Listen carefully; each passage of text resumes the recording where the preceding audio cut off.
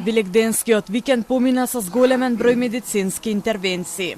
Од брзата помош информираат дека најчести биле повиците поради колапси и проблеми со варењето предизвикани од прејадување. Во изминативе неколку дена се регистрирани речиси 50 случаи на колапси, од кои 2 се случиле токму во текот на синокешната великденска вечер. Едниот пред соборниот храм, а другиот кај црквата пред транспортниот центар. Според лекарите до колапси најчесто доаѓа поради нагло прекинување на великденскиот пост, кога луѓето веднаш преминуваат на мрсна и тешка храна. Таквата промена е сериозен шок за организмот, особено кога се комбинира со големите температурни разлики. Колапсите, конкретно од што се случуваат, има повеќе фактори. Прекинувањето на подолгиот великденски пост, како и големите температурни разлики кои што веќе се забележуваат, исто така допринесуваат за колапс.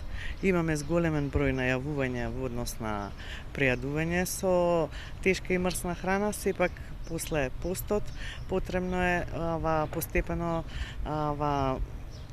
прилагодување кон мрсната храна. Лекарите апелираат на внимателно консумирање на великденските јајца, а особено жолчката, која е богата со холестерол и може да предизвика ризик за луѓето со кардиоваскуларни заболувања или покачени масти. Великденската трпеза да биде малце со полесна, да не бидат многу напрженици, него повеќе да бидат наобарени, поготово тие што кои консумирале постот да биде строг пост кој што бил и без зејтин и секако јадењето на великденските јајца да биде до 1 до 2 дневно, ако веќе сакат јајца, повеќе белката да биде застапена. Од клиниката за токсикологија информираат дека во изминатите денови не биле примени пациенти во алкохолизирана состојба. Но докторите сепак предупредуваат дека комбинацијата од алкохол и прејадување може да доведе до сериозни компликации.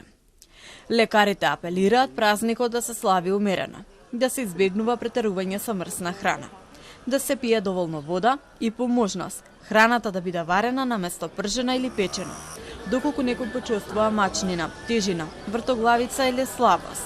Се препорачува да се јави во брзата помош каде што може да добие совет за понатамошно постапување и соодветна терапија.